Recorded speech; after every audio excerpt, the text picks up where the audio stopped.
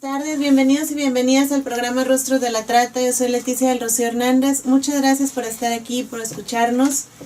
Si quieren ustedes contactarnos, hacer alguna pregunta, sugerencia, recomendación o hacerle alguna pregunta desde luego a nuestra invitada e invitado, pueden hacerlo ya sea al teléfono 5611-2000 o en las redes sociales, tanto del canal en Acústica Radio, Twitter @acústica_radio, en Facebook Acústica Radio, o de Rostros de la Trata, tanto en Twitter como en Facebook, nos localizan así, el nombre completo, Rostros de la Trata, para, les decía, hacer alguna pregunta sobre el tema de hoy de manera general.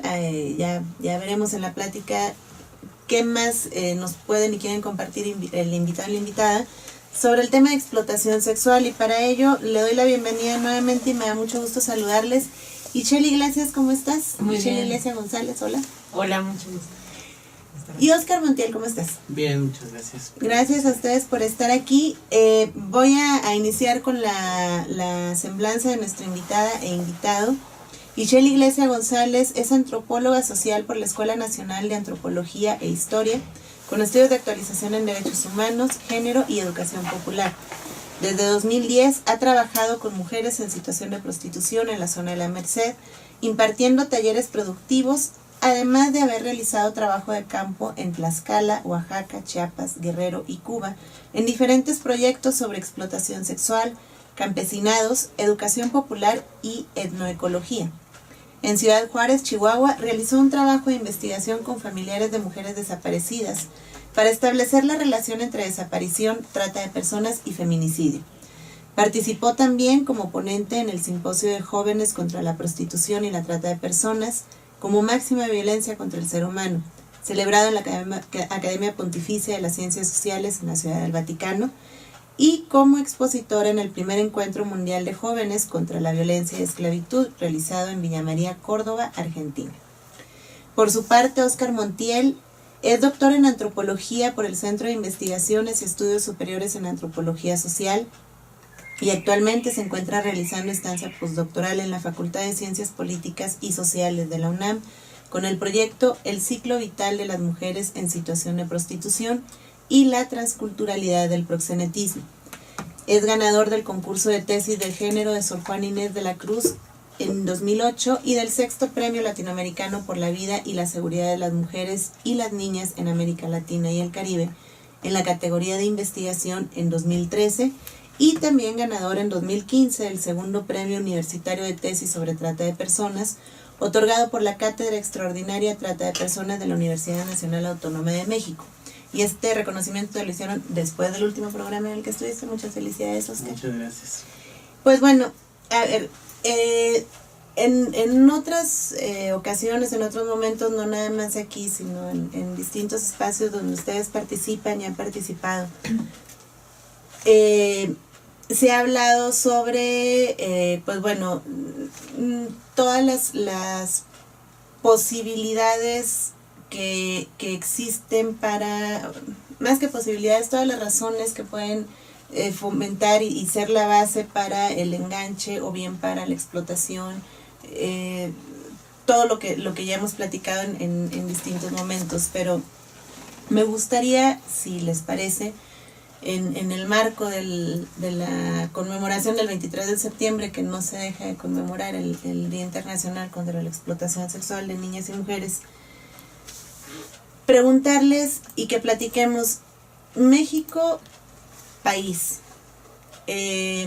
¿ustedes cómo lo ven? ¿Qué nos falta o qué estamos haciendo bien para combatir la explotación sexual de manera general y ya en específico de niñas y mujeres? ¿Qué ustedes como investigadores, ustedes que trabajan en comunidades también, qué es lo que ven, qué es lo que vamos, qué pata de la mesa se tendría que reforzar? Pues es algo muy complejo, tiene que ver más bien con la cuestión de las definiciones y los conceptos que se utilizan en el combate a la trata de personas, ¿no? Y el concepto de explotación sexual es un concepto que es muy ambiguo, no define bien los procesos. nosotros preferimos hablar en este caso de condiciones de esclavitud sexual. Es decir, antes yo hablaba de esclavitud porque la definición estaba basada en la definición del Protocolo de Palermo, y a partir de la historia que se sigue para llegar a esta definición, pues empieza en 1904 o 1910 cuando de trata de blancas se cambia a trata de personas en 1923, trata de personas menores de edad, y en el 33 con mayores de edad, hasta llegar al 49 con trata de personas y explotación de la prostitución ajena, que es un protocolo que está vigente en México, y en el 2000 con el Protocolo de Palermo se agrega esta definición clara, porque es una definición clara sobre lo que es la trata de personas, donde se incluye la explotación sexual, y contradictoriamente es ambigua porque se agregan otros 3 elementos, que es prácticas análogas a la esclavitud, extracción de órganos y explotación laboral. Esos conceptos son ambiguos porque si se baja una política pública en función de la trata de personas, no se puede atacar el problema. No se puede atacar el problema porque son 4 fenómenos distintos. Solo por poner un ejemplo, si queremos poner un albergue de trata en el Distrito Federal, hay albergarías a explotación sexual, explotación laboral, prácticas análogas a la esclavitud y extracción de órganos. Entonces no puedes mezclar los fenómenos porque las personas tienen procesos distintos. Y ahí me gustaría hacer una pausa, Oscar, perdón que te interrumpa, pero para quienes no ven la razón de la imposibilidad, ¿podrías explicarnos por qué se viven procesos distintos dependiendo de la situación que hayan vivido? Sí, por ejemplo, en los procesos de esclavitud hay protocolos, hay acuerdos internacionales que buscan erradicar, abolirla, primero como fenómeno jurídico, la esclavitud, y luego tratar de erradicarla. Entonces se han hecho cosas con respecto a ese fenómeno, y la trata de personas también había seguido su rumbo enfocado mucho en la prostitución, la explotación de la prostitución ajena.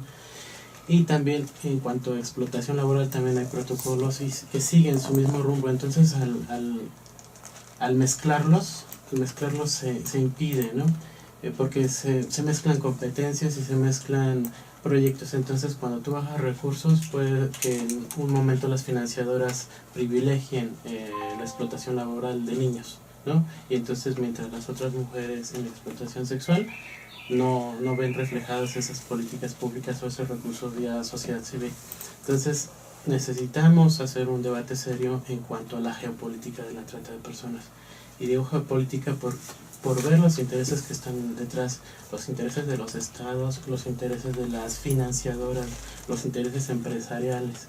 ¿Por qué? Porque nosotros, pensando en sociedad civil, en la academia, incluso en el gobierno, si bajan unos recursos, los recursos están etiquetados y puede que en un año se privilegie la explotación sexual, o en otro bajen con recursos vía vamos a combatir la trata, pero también vamos a luchar por los derechos de las trabajadoras sexuales. Entonces, luchar por los derechos de las... No digo que esté mal, que se pelee por los derechos de las personas.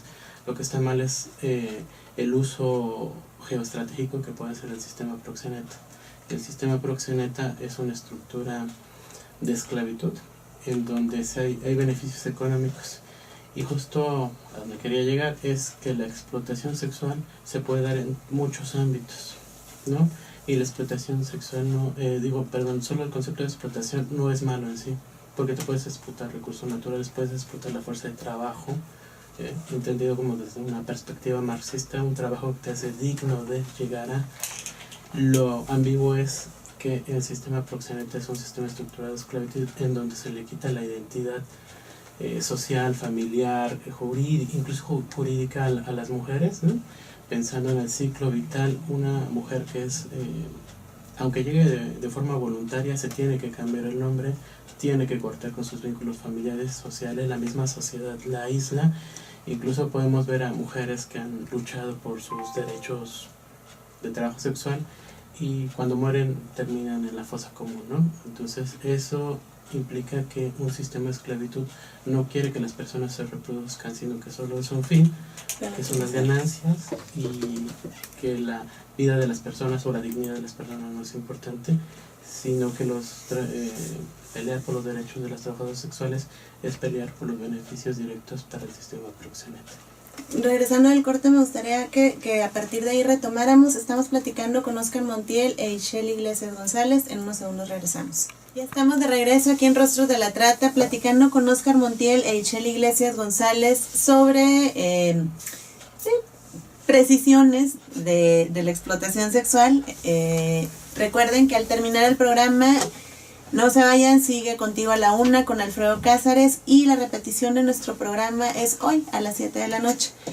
Pues bueno, antes de regresar a lo que comentabas antes del corte, Óscar, quisiera compartirles algunos datos al auditorio. El Instituto Nacional de Estadística y Geografía, el Fondo para la Infancia de las Naciones Unidas y el Desarrollo Integral para la Familia en México estiman que el número de personas en nuestro país que son víctimas de explotación sexual oscilan entre las 50,000 y 500,000 casos, un rango demasiado amplio, pero así es como se reporta, mientras que el número de niños y niñas sometidas a explotación sexual se ubica entre los 16,000 y 20,000. Según el diagnóstico sobre la situación de la trata de personas en México, para el año 2014 se registraron 2,105 averiguaciones previas por trata de personas, 756 consignaciones y 152 sentencias por trata de personas. Pues bueno, antes de irnos al corte, Óscar e Ixchel, estabas comentando, Óscar, que por decirlo de otra forma, la lucha por los derechos de las trabajadoras sexuales no es que esté mal, pero digamos, alimenta el engranaje de la explotación sexual, podríamos decirlo de esa manera.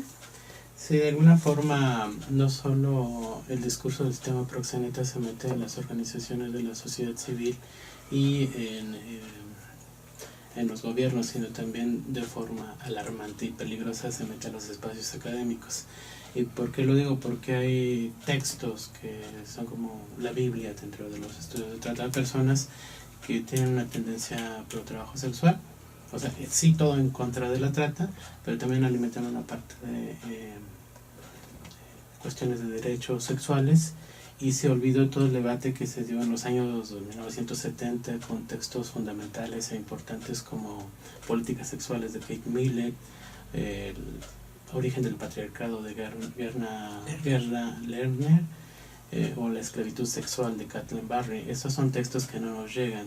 Uno busca, incluso en las bibliotecas son muy difíciles de encontrar, y ahí se entran mucho los debates en por qué se tiene que definir, por ejemplo, la prostitución no como explotación sexual, sino como esclavitud sexual, relacionado mucho con los orígenes del patriarcado, cómo el patriarcado se ha ido, no solo hay una expropiación del poder de dar vida y la sexualidad de las mujeres, sino una extirpación de la sexualidad en el caso de las mujeres en situación de prostitución para alimentar de alguna forma la reproducción del patriarcado y la perpetuación de la dominación masculina. ¿Podríamos compartir con el auditorio por qué esclavitud sexual y no explotación sexual? Sí, pensando también, para llegar a eso, desde la pregunta inicial que hacías de qué es lo que falta y por qué los discursos que proponen que la prostitución es un trabajo alimentan al sistema proxeneta. Ayer, justamente pensando en el tema del programa, estuvimos con dos mujeres que hace ya 5 años que conozco. Ellas están en la prostitución, las fuimos a visitar y estuvimos con ellas en su casa y platicando sobre este tema. Les decía, miren, mañana vamos a ir a un programa de radio y el tema es explotación sexual. ¿Ustedes tienen algo que decir, algo que les gustaría que nosotros compartiéramos? Y una de ellas me decía, y ella, aclaro, no tiene padrote y nunca ha tenido un padrote. O sea, podríamos decir, y lo digo entre comillas, que llegó voluntariamente a la prostitución, pero que ella dice, si yo hubiera podido elegir, hubiera tenido otra opción, hubiera trabajado en otra cosa, ¿no? Y llegó a la ciudad a trabajar en otras cosas y finalmente determinadas condiciones la fueron llevando, ¿no? Y ella al final, para poder sobrevivir, entra a la prostitución y decía, mira, la explotación sexual O sea, no solo son las mujeres que tienen a su padrote que las está cuidando cuántas veces entran y cada entrada que hacen a un hotel le dan el dinero. O sea, la explotación la vivimos todas. O sea, todas porque estamos aquí y nos llegan a vender comida. Oye, amiga, que te traigo la comida. Y si terminas pagándoles la comida y si no les pagas ese mismo día porque no sacaste, al otro día ya te cobran el doble. Te llegan a vender ropa, te llegan a vender perfumes. Pues están todos los puestos en la calle donde nos guardan nuestras cosas porque ellas no traen la bolsa cargada, ¿no? La tienen que dejar encargada, pero en los hoteles no hay un espacio en el que ellas puedan guardar sus cosas. Entonces las encargan en los puestos que están en la calle afuera del metro, pero por guardarle sus cosas les cobran 20, también 30 pesos. Y pues luego las roban, les quitan cosas. Por cambiarse, tampoco las dejan cambiarse en los hoteles, se tienen que cambiar en la calle y entonces si se tapan en los puestos, les cobran por cambiarse. Los que les venden los condones, o sea, los condones que regalan en los centros de salud van y se los venden. Y ellas dicen, podemos ir a centros, sí sabemos en dónde reparten los condones, pero luego no tienes tiempo, o sea, no tienes los recursos para el pasaje, entonces bueno, ya te llegan y te los venden, y aunque te los vendan baratos, finalmente terminas pagando los condones, pagando el maquillaje, pagando la ropa. Perdón que te interrumpa ahí, Itchel, pero entonces son ellas las que hacen la compra del condón, no... Vamos, quien demanda los servicios de ellas no llega con condón o no se quieren arriesgar a que no lleguen con condón. Pues de ellos nunca traen condón. O sea, quizá llegue a haber alguno que lleve un condón, pero es muy raro. Y también siempre tienen que estar ahí, es una negociación. Normalmente los clientes nunca quieren tener la relación sexual con condón. Entonces ellas son las que tienen que tener como esta precaución de tener los condones y decir, pues es que si no hay condón no hay relación sexual. Lo cual también es también un mito, ¿no? Porque una vez una señora me decía en una entrevista, mira, pues tú dices que con condón para protegernos, ¿no? Porque si no usamos condón nos podemos contagiar de algo. Pero me decía, te voy a preguntar una cosa, cuando tú llevas todo el día aquí, ¿no? Y tienes que comprar la leche, los pañales, no he sacado ni lo del pasaje, llega un cliente y te dice, te pago más sin condón, o te dice, ¿sabes qué? Pues yo si es con condón no quiero, se lo tienes que hacer. Y muchas, dice, tenemos relaciones sexuales sin condón porque es la única forma que tenemos de ganar dinero, ¿no? De otra forma no nos pagarían. O cabe la posibilidad de que a la mitad de la relación el cliente se quita el condón y no pueden hacer nada, ¿no? Hay un uso y violencia muy fuerte. Entonces vemos, y eso lo viven mujeres que tengan o que no tengan padrote, porque también el término de la explotación sexual es ambiguo en eso, porque pensamos que la explotación sexual solo es cuando una mujer fue reclutada, o sea, si cumple con todos estos pasos que menciona Palermo, ¿no? De ser reclutada, trasladada, llevada a una zona en la que la estén explotando.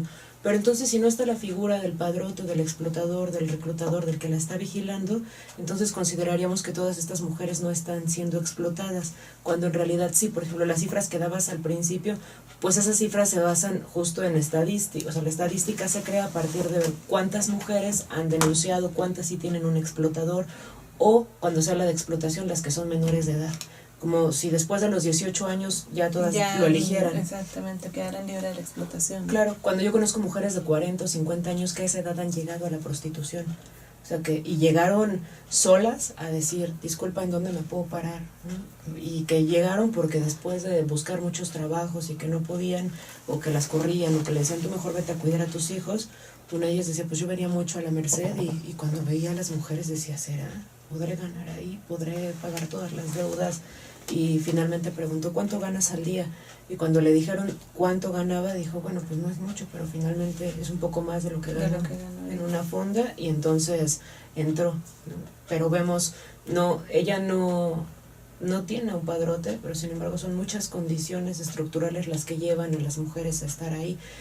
Y entonces, cuando preguntamos qué podemos hacer o qué estamos haciendo mal, será como cambiar completamente la visión de la explotación y ver que detrás de la explotación lo que hay es muchísima violencia contra las mujeres, y que es esta violencia y todas las condiciones que vemos patriarcales que hacen de nuestros cuerpos una mercancía, de la sexualidad algo que se pueden apropiar, son las que están llevando a las mujeres a estar ahí.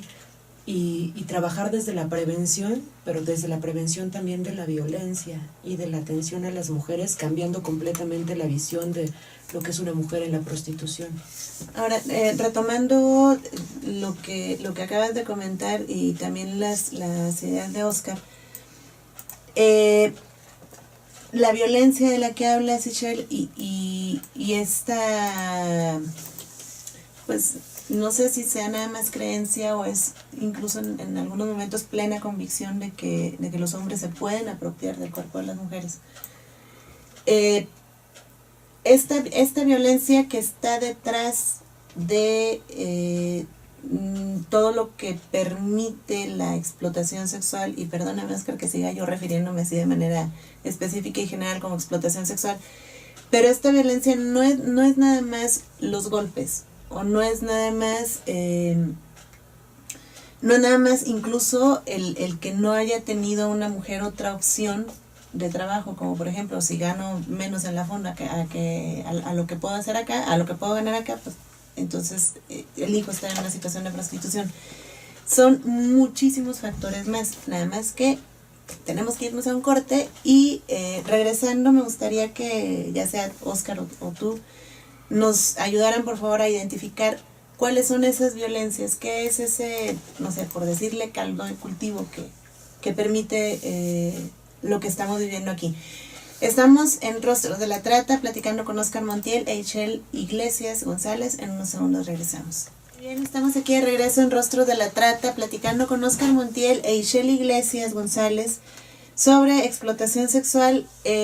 Antes de irnos, Oscar e Ixchel, les pedía que al regresar pudiéramos aclarar, o más que aclarar, comentar todas estas violencias que son el caldo de cultivo para que se siga perpetuando la explotación sexual como está y como se ve, y desde luego desde la óptica de ustedes que la estudian todos los días, ¿no?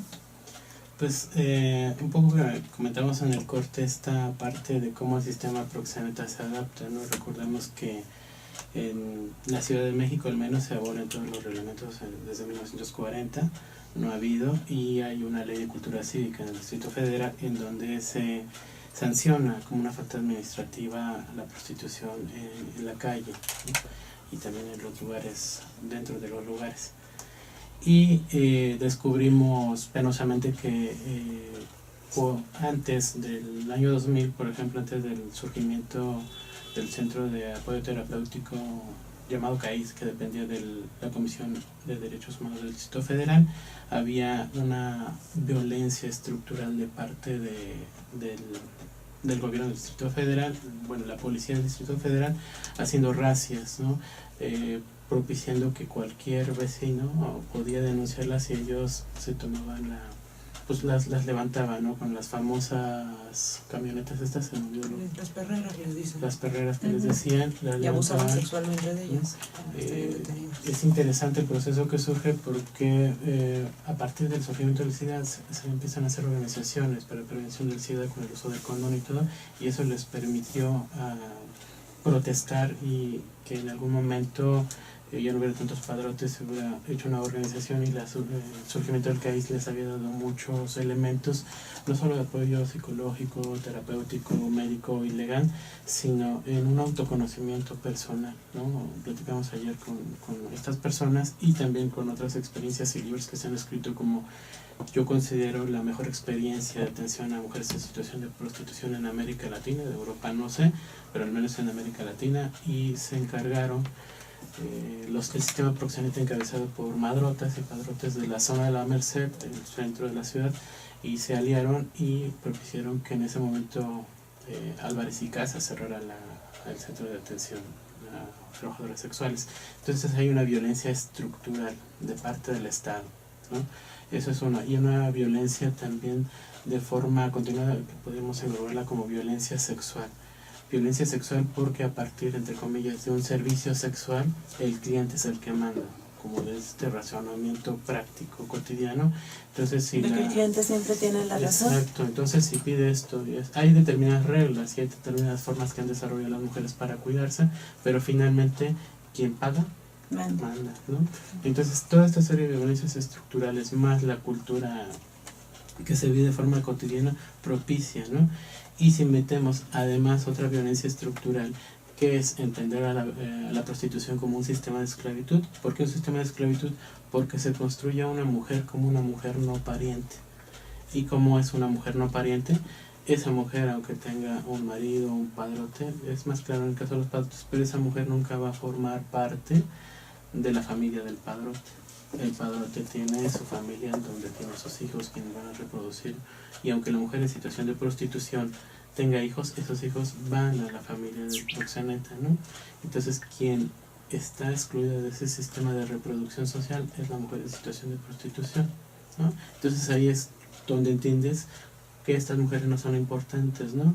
En algún momento, cuando son muy productivas para el sistema proxeneta, entonces sí viven bien y ellas pueden luchar por los derechos de los trabajadores sexuales, pero no es lo mismo una trabajadora sexual a los 20, a los 30, que a los 50 años, cuando ya no tiene O una trabajadora sexual que tenga hijos a una que no tenga hijos, ¿no? Exacto. Entonces lo que podemos mirar es cómo la violencia estructural incide de forma clara en el cuerpo, la subjetividad, la vida de las mujeres, y cómo, ayer lo comentamos, cómo también el sistema anula a esas mujeres que cuestionan el sistema, porque ha habido madrotas, pues siempre ha habido, pero también ha habido líderes de mujeres, ¿no? Como las mujeres independientes o las trabajadoras libres, como se han denominado, y como nos compartía ayer una compañera que nos decía, pero es que a veces me siento como loca, porque yo estoy diciendo que necesitamos derecho a la salud, porque no es posible que vayamos y no nos miren mal, que no nos den atención, ¿no?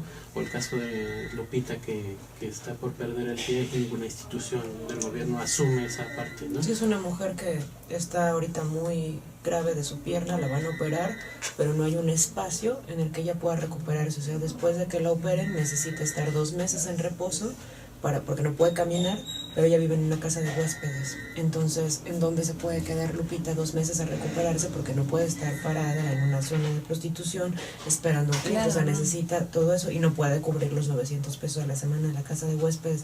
Bueno, yo busqué todos los albergues del DF, hablé a Províctima, a todos lados, Procuraduría, y en ningún lado la pueden recibir, porque solo atienden casos de violencia. La mayoría de los albergues que hay para mujeres son o de violencia doméstica, o tienen que ver con mujeres que están embarazadas y que no tienen en dónde tener a sus hijos. Entonces vemos... Sí, los espectros se limitan de una manera impresionante. Es o esta condición en específica o esta.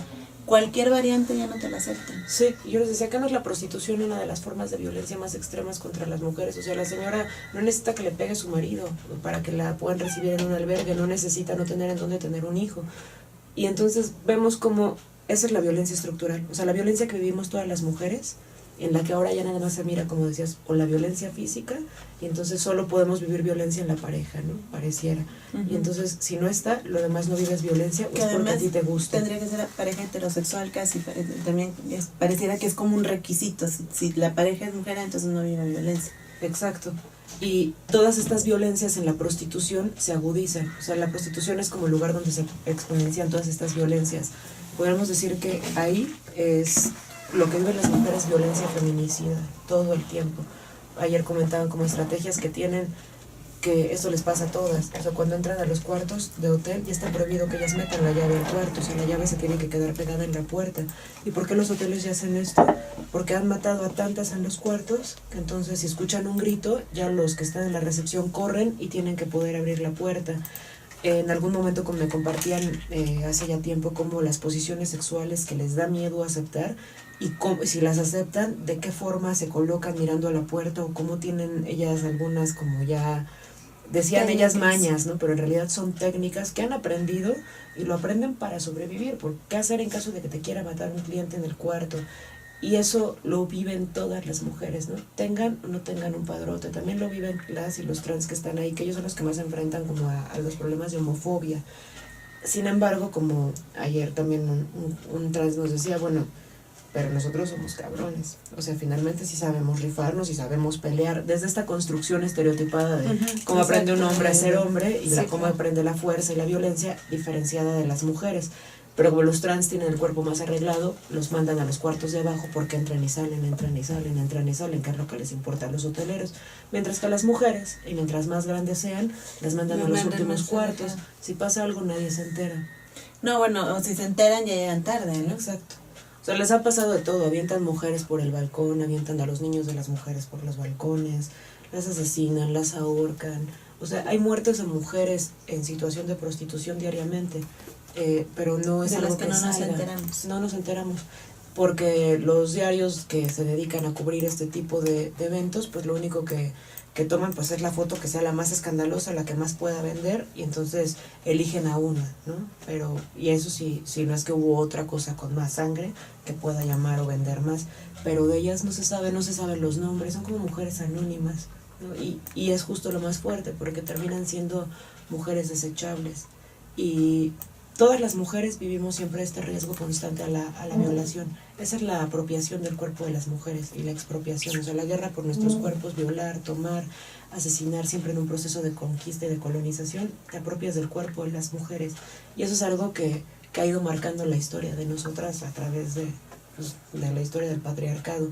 Y en la prostitución pareciera que es el espacio legítimo, como a partir de la separación entre las buenas y las malas mujeres, con las prostitutas se podría hacer todo eso, ¿no? Siempre se considera que son las mujeres desecho, y se reviste esto de decir están ahí porque les gusta, porque es un trabajo fácil, pues porque no encontraron otra mejor cosa que hacer. En realidad es la vida galante, pues este mito de la vida galante, que de galante no tiene nada, ¿no?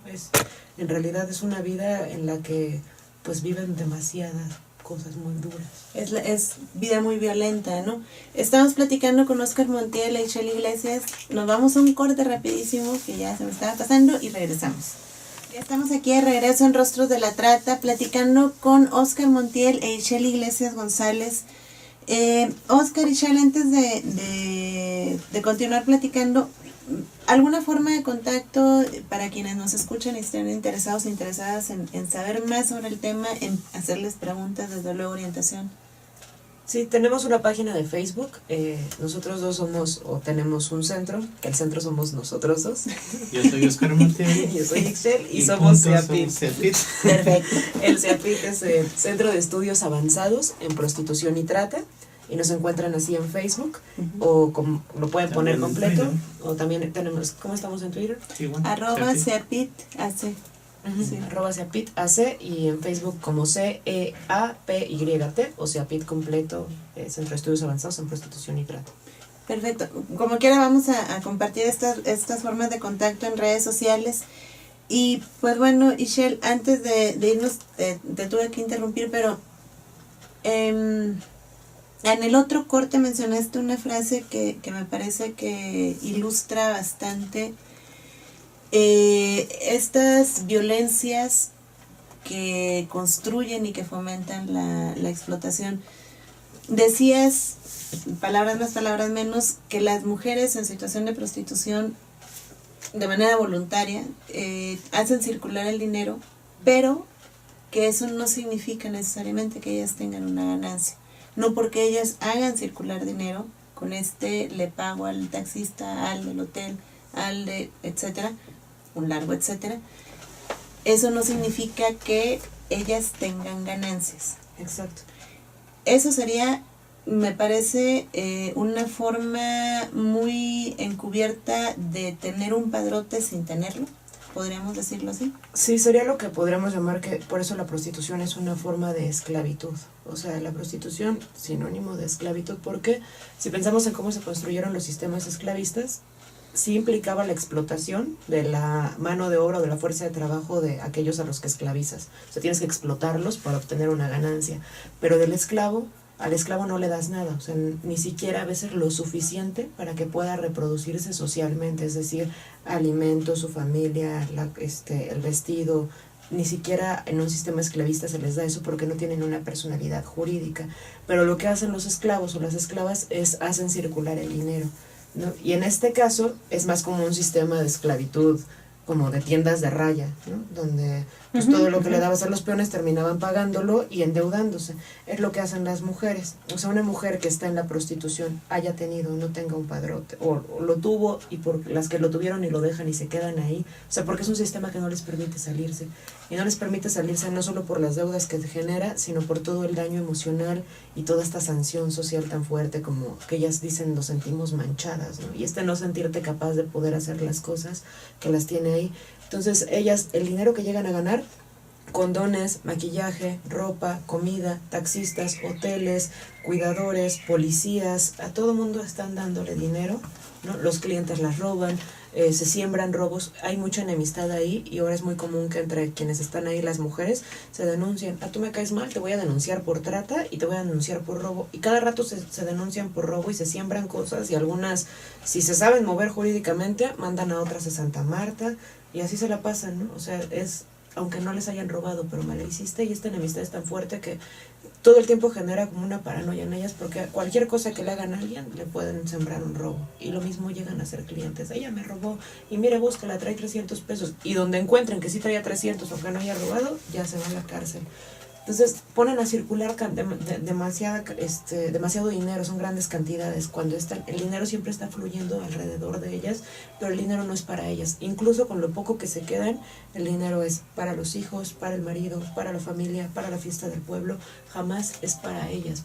Entonces ese dinero circula y ellas no tienen ni siquiera las condiciones necesarias para poder estar bien.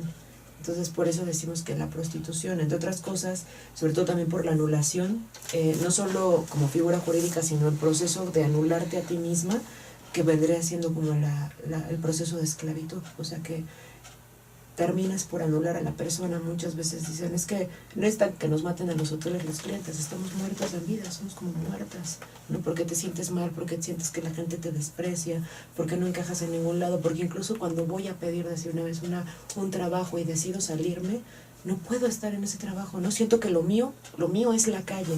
Y no es que la calle porque le emocione o le guste lo que vive ahí, sino no puede pertenecer porque está la P de puta, así todo el tiempo, ¿no? Como una marca, como un estigma, como no puedo pertenecer aquí, no merezco esto, no me puede estar yendo bien, ¿no? Esto no, jamás, que algo está pasando para que me esté yendo bien. Que es lo que decías, la sanción social la traen impresa en ellas, ¿no? Uh-huh.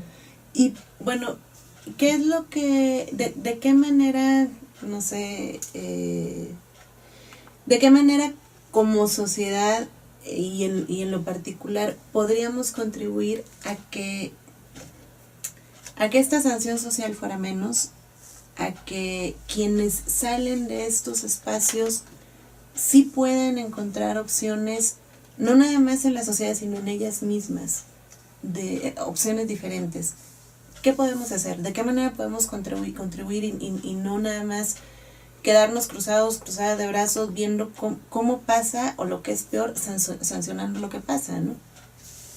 Yo creo que una de las partes que decía Ixchel en esta relación con el dinero, las mujeres como estructuralmente se construyen ahora con una libertad sobre el dinero, ¿no? Pueden trabajar, pueden ser políticas, empresarias, ¿no?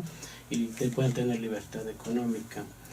Pero cuando hay una relación de pareja o familiar no hay autonomía económica. Es decir, si una diputada quiere comprar una casa, siempre le va a consultar al marido, y si el marido es político nunca le consulta, o pocas veces se le consulta. Entonces la construcción de la autonomía viene eso. Y Clara Coria, una psicóloga argentina, diría que está el mal de la prostitución en el uso, la apropiación del dinero, como decía Ixchel, esta parte de la sociedad. O sea, tú obtienes el dinero a partir del sexo, y el sexo es sucio porque es que pecaminoso y todo esto que se habla de la prostitución. Entonces buscan la forma de deshacerse lo más rápido, lo más posible, ¿no? Dicen ellas, de un mal sale un bien, ¿no? O sea, de un mal, o sea, ellas están en un sistema de maldad, ¿no?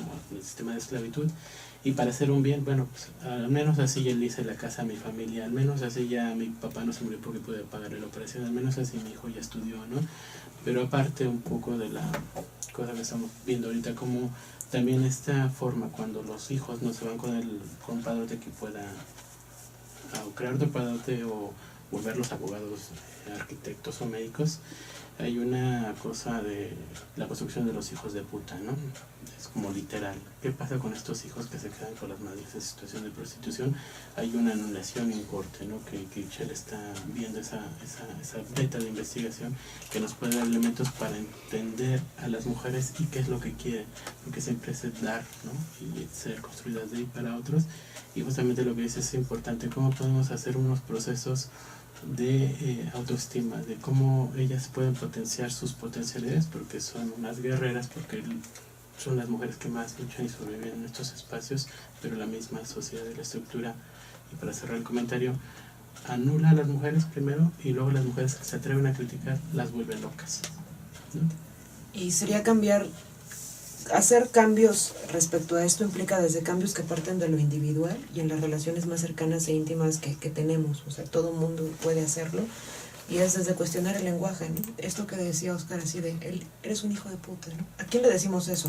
Al desgraciado, al que te roba, al que actúa mal. A Peña ¿no? Nieto, recientemente que estuvimos en una Ahora, marcha. en la marcha veíamos que la forma de insultar es... Exactamente. O sea, son algunas... Insultarlo a él y a mujeres, incluso es hacer referencia a las prostitutas, de la forma más peyorativa que hay en el lenguaje, como si con eso... Claro. Esa porra de bailas como lo de cabaret, ¿cómo va? Son unas putas de cabaret, ¿no? Esa no es un equipo, o esa no es... O sea, se aplica para mucho esa consigna, y vemos cómo desde el lenguaje se reproduce esta idea de la maldad de la sociedad. Es decir, la puta no va a poder educar a nadie, ¿no? Y cualquiera que nazca de ella está manchado, está deshonrado y por lo tanto será un desgraciado. Es lo que está detrás en el lenguaje. Cómo nos construimos como hombres y como mujeres, y en estas relaciones cómo reproducimos constantemente la violencia. O sea, cuando como mujeres trabajamos, pues que a veces podemos tener libertad económica y ganar dinero, pero no somos autónomas, ¿no? Que consultamos las decisiones, que compramos algo para nosotras y nos sentimos culpables, que lo que ganas poco, puedes ahorrar muy poco, y lo que gastas es casi siempre para otros, familia, quien sea, pero no para ti. Entonces podemos ver como estas semejanzas que tenemos con las mujeres y empezar a hacer esos pequeños cambios que podrían tener que ver con yo me trato de volver autónoma, hago cosas, noto cuando me siento incómoda, en qué situaciones, porque aprendemos a sentirnos sucias a veces, ¿no? ¿Cuándo me he llegado a sentir sucia? ¿Y por qué? ¿Y a qué responde? Y cuando puedo transformar eso, y desde los hombres también, desde cómo controlas, cómo te apropias, cómo los celos, cómo vas como moldeando a la pareja. Yo quiero que seas así, no te vistas así, no hagas eso, no me gusta, te reviso, todo eso, y ver cómo eso se exponencia con las mujeres. Desde ese tipo de cambios pueden llevarnos a, no solo son cambios de acciones, sino implica un cambio en la subjetividad, o sea, te transforma, porque el patriarcado está en la cabeza también, ¿no? O sea, cambia nuestra forma de pensar. Si logramos quitar eso, podremos acercarnos a las mujeres en situación de prostitución de forma diferente. Porque se me figura que es como un efecto dominó, ¿no? Empiezas a modificar, a tener cambios tú en lo individual, y necesariamente lo próximo y lo más cercano a ti empieza a relacionarse contigo de manera diferente. No tanto de que cambie, pero bueno, ya con que se relacione de manera diferente ya es un avance, ¿no? Bueno, pues el tiempo se terminó. Les agradezco mucho esta plática. Espero que a quienes nos escuchen les haya gustado tanto como nos gustó por acá. Estábamos muy interesadas. Platicamos con Oscar Montiel e Ixchel Iglesias González. No se pierdan a continuación Contigo a la Una con Alfredo Cázares. Y el lunes siguiente no se pierdan tampoco nuestra entrevista muy importante sobre violencia en el hogar. Hasta pronto.